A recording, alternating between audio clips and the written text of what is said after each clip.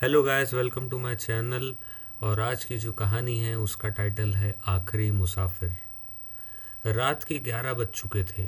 शहर के छोटे से स्टेशन पर सन्नाटा पसरा हुआ था। बूढ़े रामदीन हाथ में अपनी पुरानी टॉर्च लिए प्लेटफॉर्म के बेंच पर बैठे थे।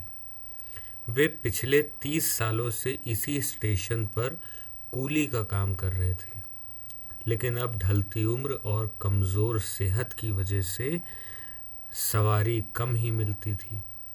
उसी समय आखिरी ट्रेन स्टेशन पर आकर रुकी। ट्रेन से सिर्फ एक नौजवान उतरा।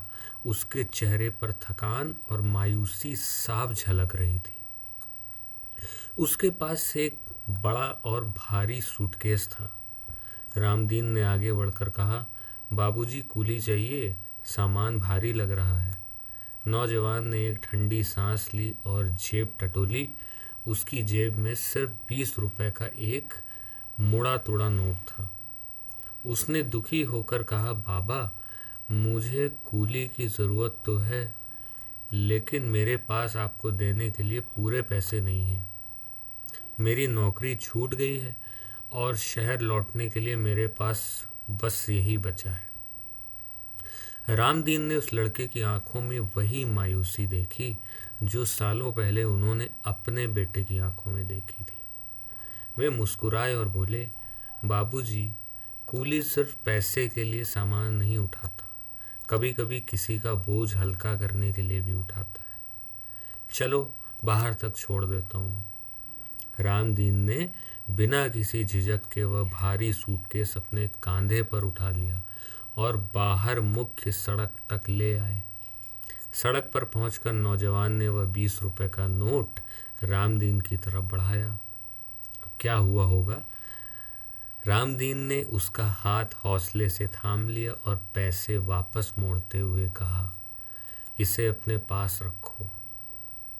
जब नई नौकरी मिल जाए और कभी इस रास्ते से गुजरो, तब पिला देना एक कप चाय। नौजवान की आंखों में आंसू आ गए।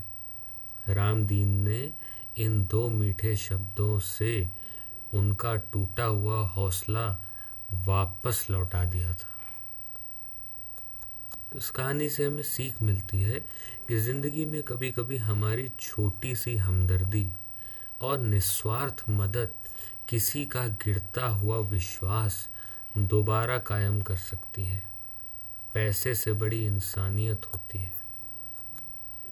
तो अगर ये कहानी आपको पसंद आई हो या इस कहानी में आप कुछ सजेस्ट करना चाहते हो या कुछ और कमेंट करना चाहते हैं तो ज़रूर कमेंट करें, लाइक करें, शेयर करें, सब्सक्राइब करें।